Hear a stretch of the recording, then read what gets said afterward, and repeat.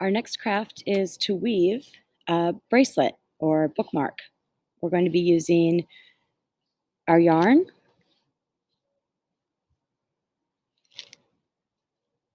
our base, and our loom, plus you'll find around your house a really narrow stick, either a chopstick or a really smooth stick from the planet that fits within one of the straws of your loom. And we're going to be using those things to make either a bracelet or bookmark inspired by the weaving that was done by Native Californians. And so here are some examples of some things that were woven by different tribes. Many tribes in California wove baskets, buckets, so tightly that they could carry water in some cases. Many Californian Indians made different tools for games and ceremonies. Here's an example of sort of what we're going to be doing. The loom, instead of made out of plastic straws, would have been made by tule or a really strong reed. And then the Chumash tribe would weave a number of different pillars there for their baskets. And then we included this picture of a Navajo woman weaving a gigantic blanket or something on a loom. Even though the Navajo tribe wasn't native to California, that's just an example of what we're doing here with the yarn, rather than trying to use true materials for baskets. But we hope to inspire you to go out in nature and find some grasses or native plants that you feel like you could dry and then soak in water and go for a basket. Let's get started. The first thing you're going to hold on to is your loom, and you'll use it with the tape side up. The second thing you'll need is your yarn. And when you start with your yarn, try to find the end of it without letting it all get messy. Sometimes that's an easy thing to do, and sometimes it's hard. I'm seeing an end of my yarn, but it's looking really stuck in there. So I'm going to keep looking until I find that little end. And if I have to, I'll just unwind all of it. But I'm being thoughtful so I don't create a big knot. I'm taking off that wraparound, and then I'm just finding that end.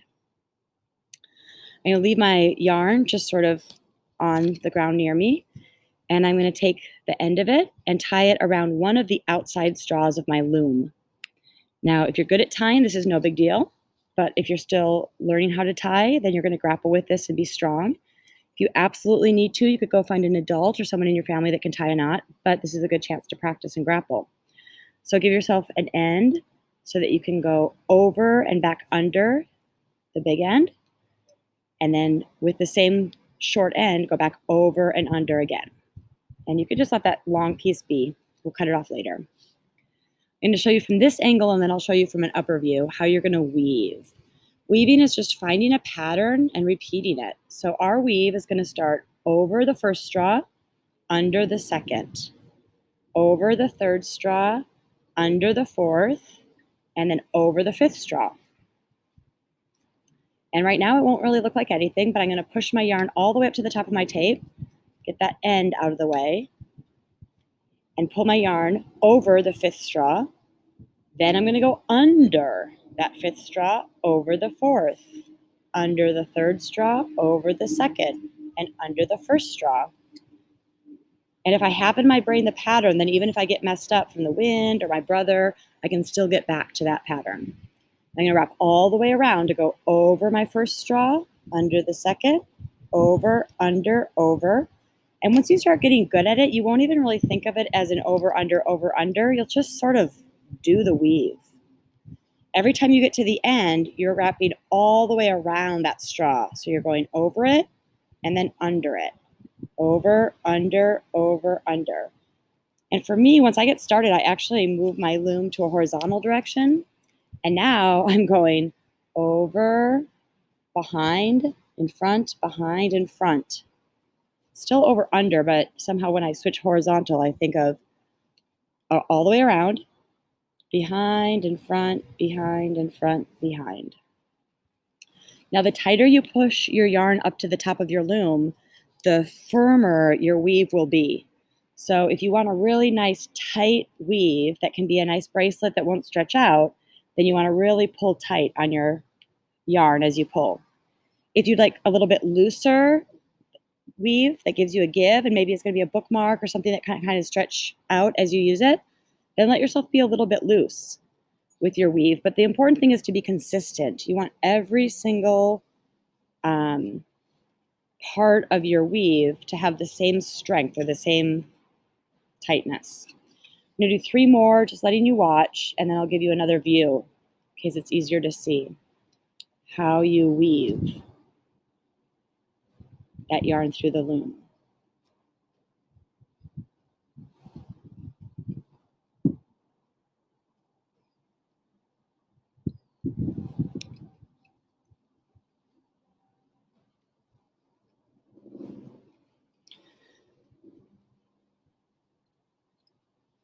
Now, like many skills, once you get good at it, it's no big deal. And it's sort of hard to even show someone what you're doing because you're just doing it automatically. But when you're first learning, the cool thing about this loom, the reason we're using straws instead of tulle, is that if you don't like how it's looking, you just take it all off, take that string and pull at it, and you can just start again. So if you find, oh man, there's this one time right here that I didn't pull tight enough, and I ended up with this weird looking gather. I really don't like how that looks right there. It's just so loose. It's fine. You can just pull it out right to that spot and say, okay, I'll start again from here. Let's see, I was over my straw. Now I'm coming under and over. And now I'm going to just make sure to really pull tight at the edge of every weave. Okay. Now, if you want, you can fast forward until you see me under the screen where I get to the end and tie this off. I'm just going to keep going for you to see what it feels like to get that all the way woven.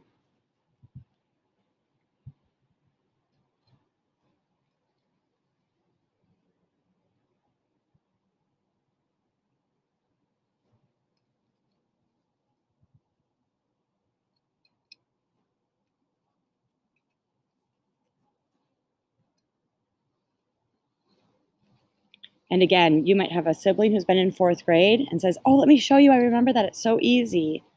Don't be discouraged if it's not easy for you yet. It's like riding a bike, mowing a lawn, paying a mortgage. At first, it's really tricky and you can't get it figured out. You don't know. And then you get the rhythm and you just think, why was this ever hard? Gosh.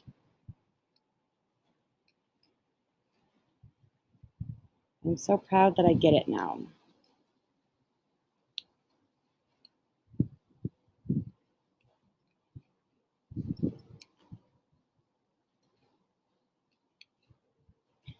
One other trick if you're having trouble, so you see that I'm just holding my loom straight, but you notice every time I come back up, I'm fighting a little bit against this end of my yarn. So if that yarn is getting in your way, on the way up, just weave it up, and then flip your loom to the other side and go up again. Flip it and go up again. That way, every time you push this and get it tight, oh, and actually, sorry, you don't even have to flip it the other direction. If you just flip it, so instead of fighting against that little yarn, you can just weave up and then turn your loom 180 degrees. I think you can turn it either way, but I turned it away from myself and then weave up again and pull it tight. I'm turning it, oh yeah, turn it away from you. If you spin that 180, then every time you weave, you'll get to go up and you won't have to move the yarn back around your loom like I was doing in the beginning when I was going around right there. And you might find other tricks like that too as you weave. And that's the neat thing about weaving. It starts feeling mindless, and then you come to notice something and realize, oh my goodness, wait, I could do this in this different way. It's a little bit like life. Oh, I could spin this and it makes it easier.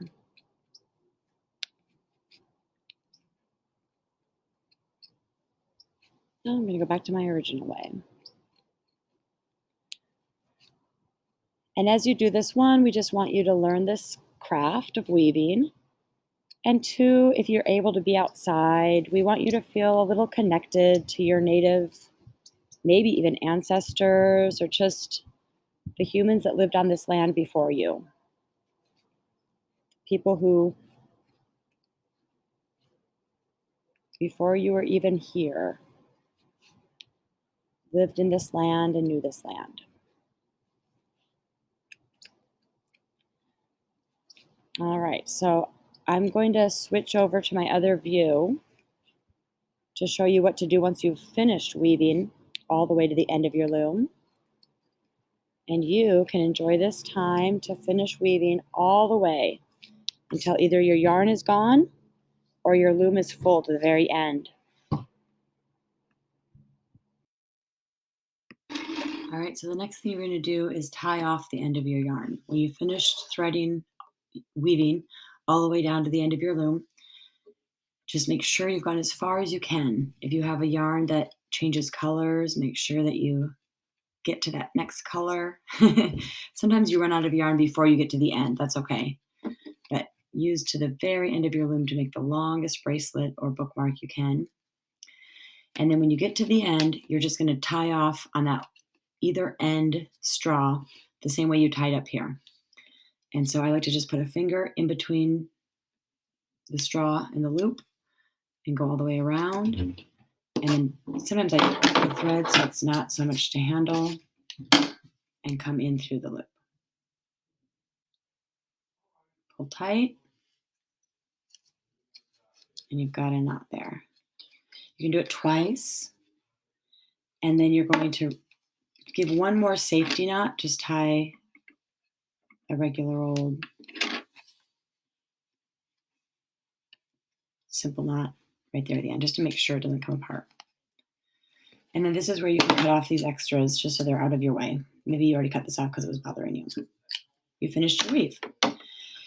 So the second step is to thread your base. So what you want is for this knot at your base, and we've chosen to put 5 yarns on this base, and you want the knot on the end that you're going to be able to pull off. So the tape is here, you can't pull this yarn away. So I want my knot on this end where there's no tape. And what I'm going to do, this is kind of tricky, but I'm just going to grapple with it, is I'm going to take each of my yarns and push it through one straw. So there are 5 straws and 5 yarns. You might be working with a yarn that just goes in nice and easily. Oh, like this. Sometimes you just kind of get lucky and it just goes just right. And if that's the case, just appreciate that ease. If you turn the yarn the same direction that it's spun, oh, my hand's dry, so I just pulled some out of it. If you spin the yarn a little bit in the same direction it's spun, sometimes that helps it get through that straw. And if it is going easily, just let it go. But if it's not going easily, then grab that stick that you found outside. And some sticks won't work because they're too thick, but some won't work because they're too thin. And just pull the stick through, and often it will just catch the yarn and bring that yarn through. And then you can either hold the yarn and pull the stick out the same direction, or you could push the stick all the way through. So I've gotten 1/5 of my base through. Now the trick here is, and my adult hands can do it a little bit easier, to hold this yarn tight as I go for my next base yarn. So again, I'm going to try to make this look relatively smooth, but I need you to know that I've done this for 20 years, and you'll see it's still not always smooth. You can tell that's a little bit frayed, so I'm going to kind of wrap it again in the same direction it's woven. If that direction makes sense to you, awesome. If it doesn't, try spinning it, and it will either get tighter or looser, and you'll see what I mean. So if it's working, I'm just going to put it through. But if my fingers are dry and I'm pulling it out, I just caught it in the nick of time. Then I'm going to take my stick. Again, this is a chopstick, and it works real well. I like spraying with the thin end, but you can find a stick in nature, especially like if you have a nectarine tree. Certain fruit trees have really smooth branches. Now I'm pulling this stick out and trying not to pull the yarn with it, because sometimes your stick's not quite thick enough to do the pushing. And again, sometimes, when we're in class and I'm doing this for 40 kids, I'll do it really fast and easy every time. But now that I haven't done it for a year, I'm just being patient. There's no rush. The harder it is, the more you can channel the Native Californians who are out in the weather, making this not just for a craft, but for a purpose, creating something for warmth or for tradition or for a good reason or just for peace. Okay, putting my third base through. If you understand this, you can just fast forward to step 3. Or if you just like watching a grown woman grapple with yarn, you just keep watching. Notice I'm holding this yarn down here. I don't want it to come out. Don't feel bad if it does come out. It happens. This is a practice having patience. So I've done 3 of the base yarns.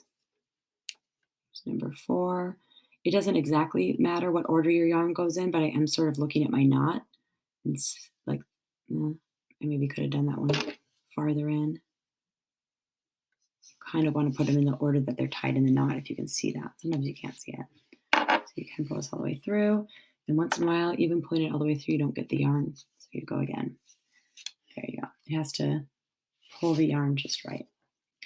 Now I'm holding all 4 of those yarns I've gotten through and doing my 5th. Now, once in a while, we teachers cut your base a little short. So you can see I have plenty to hold on right here. Some of you might have tons to hold on to. If you don't feel like you have enough, you can tape these down either to the table you're working on or up to your loom where the tape is. If you have tape, and that's another way of holding them if there's not as much to hold on to. This is a practice in resourcefulness as much as it is in art. All right, so once you've gotten all 5 yarns through, if you didn't find a stick, you just did it in that slower way. Then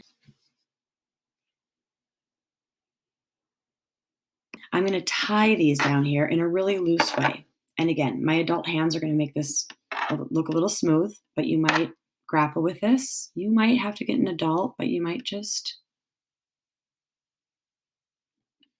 try it. I'm going to tie the knot as far up to the top as I can because this knot's going to be coming out. I'm only doing it to help me from getting frustrated with it coming apart. So I'm just real loosely tying it as tight, as high as I can so that I have some give there. Because now what I'm going to do is I'm going to push all my weaving on to my base off of my loom. And so I'm going to start up here at the top and I'm just going to push a little bit.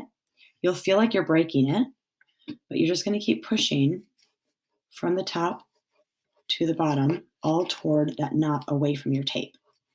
And you can see that your base is there through your loom.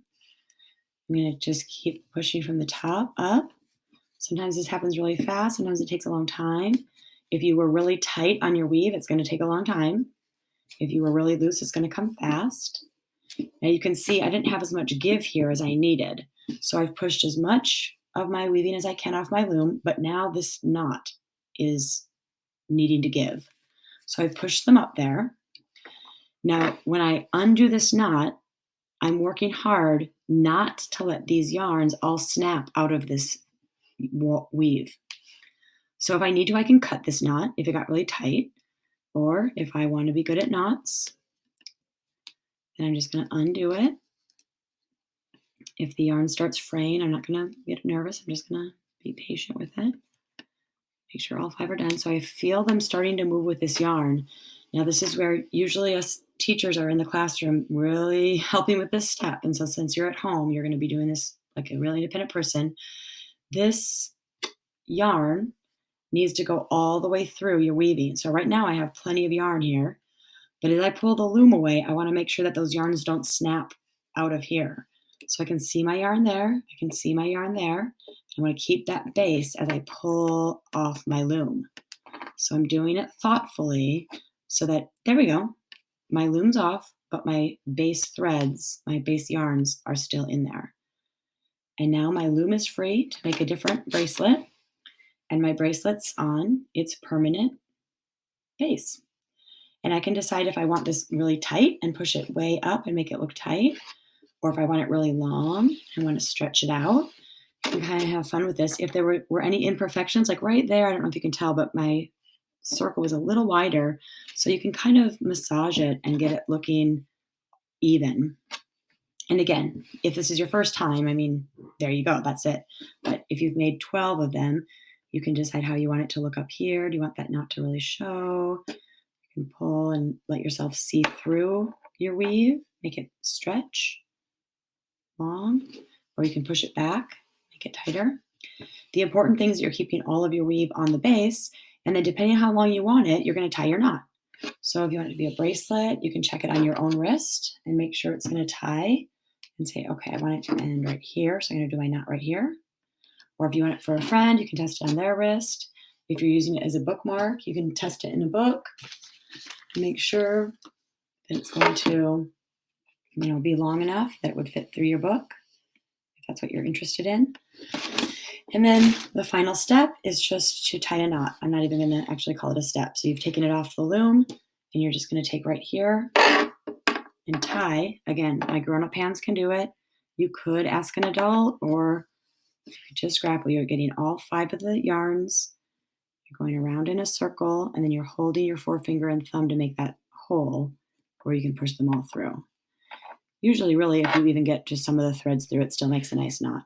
And I've decided that I want it this long, so I'm pulling the knot right there. Or I'm just letting the knot be where it is, and that's how long my bracelet is.